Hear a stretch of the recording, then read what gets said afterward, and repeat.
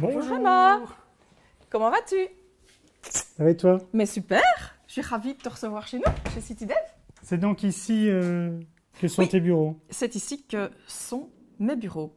Et alors, qu'est-ce qu'on va trouver dans ce bureau? Alors, des journaux. Tu vas trouver, oui, des journaux, quelques bouquins qui vont parler de communication, beaucoup de gadgets, parce que je suis vraiment une Miss Gadget, donc il y a plein de bics qui écrivent pas, mais qui sont sympas. Ouais, je montre.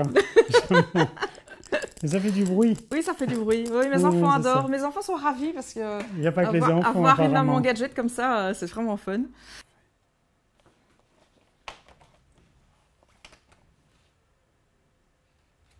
Je suis arrivée chez CityDev par un ami que j'ai rencontré dans la chambre d'une amie qui venait d'accoucher à l'hôpital.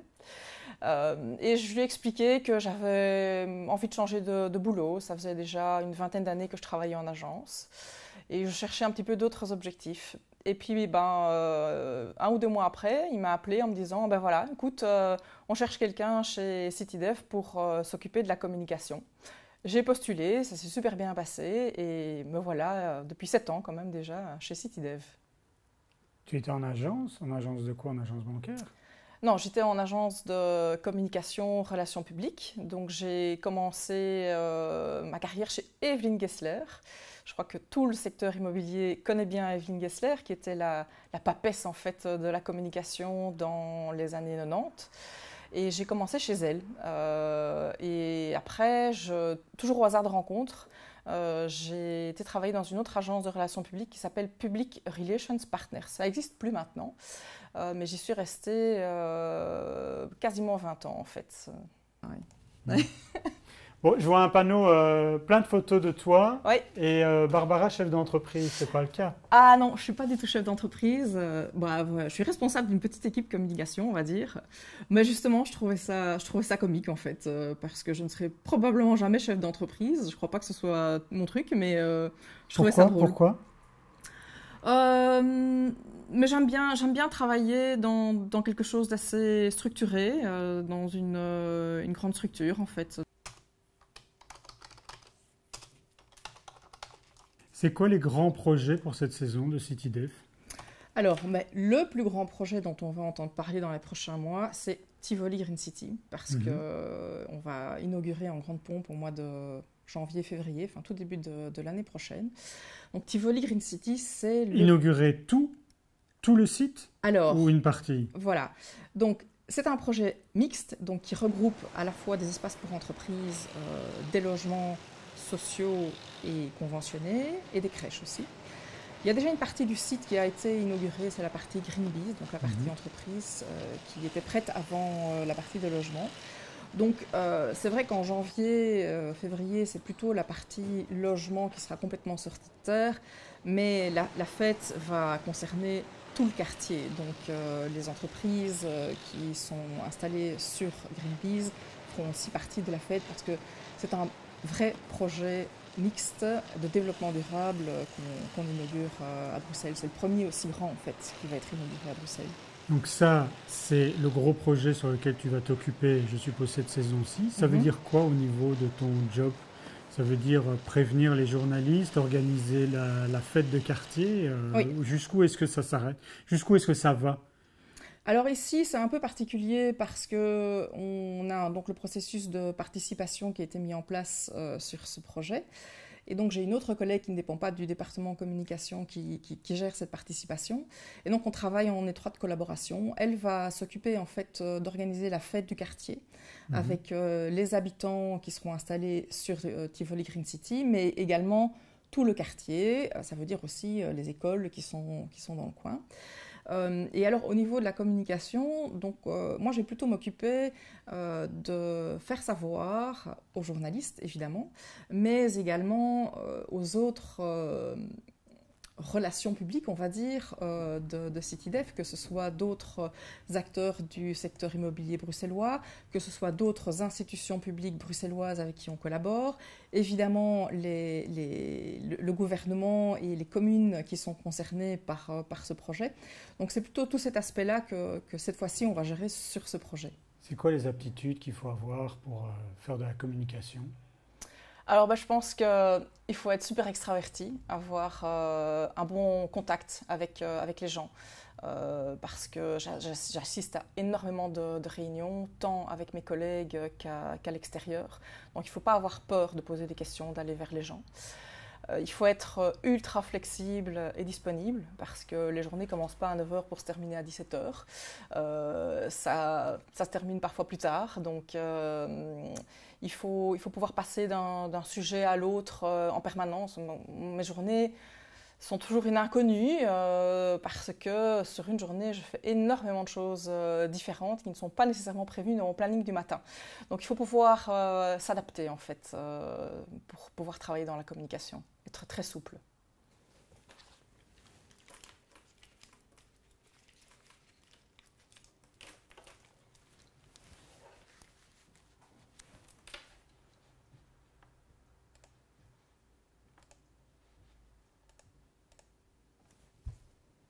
Oui, allô? Oui, salut. Dis, je cherche des informations pour la fin du chantier Van der Goten. Est-ce que tu peux me confirmer ça? C'est pour la fiche projet que je vais mettre sur le nouveau site internet. Ok, ok. Ça va, super. Merci. Bonne journée. Ciao. Je ne sais pas si tu sais, mais tu es la première femme travaillant dans l'immobilier que j'interviewe cette saison-ci. Je te remercie de m'accueillir parce que je veux vraiment, toute cette saison, sous un nom générique qu'on a inventé qui s'appelle Femicity, organiser une série de productions pour mettre en avant les femmes dans l'immobilier. Que ce soit l'entièreté des émissions d'Archi-Urbain, donc soit les 39 émissions qui vont dresser chaque semaine un portrait différent d'une femme, qu'elle soit avocate, notaire, architecte, travaillant dans la communication, dans le service public, dans le service privé, photographe, urbaniste, ingénieur, etc. Donc il y a ça. Il y a également une série de portraits de femmes belges architectes qui va être diffusée tous les 15 jours dans caviar.archi. Il y a la préparation d'un documentaire qui questionne la place de la femme dans l'architecture, qui est un unitaire de 52 minutes international, puisqu'on va aller chercher des chercheuses, des enseignants, des architectes, des historiennes à travers toute l'Europe. Et puis on va s'associer également à différents événements que l'on va relater dans Archi-Urbain, qui sont notamment un spécial, c'est la première fois en tout cas que Lunch with an Architect, le 1er octobre, va inviter une architecte à venir présenter son travail. On va relater également 3 jours de colloque le 11, 12, 13 octobre, si je ne me trompe pas, avec des jours de colloque qui sont consacrés au questionnement de l'accessibilité de l'habitat par la femme. Donc ça, c'est organisé par le Loki. Et on ira également à Flagey voir une organisation faite par Lydie Claire, qui est patronne de la société Yes for Architecture, qui organise pour la 2e fois une journée consacrée à l'architecture hospitalière.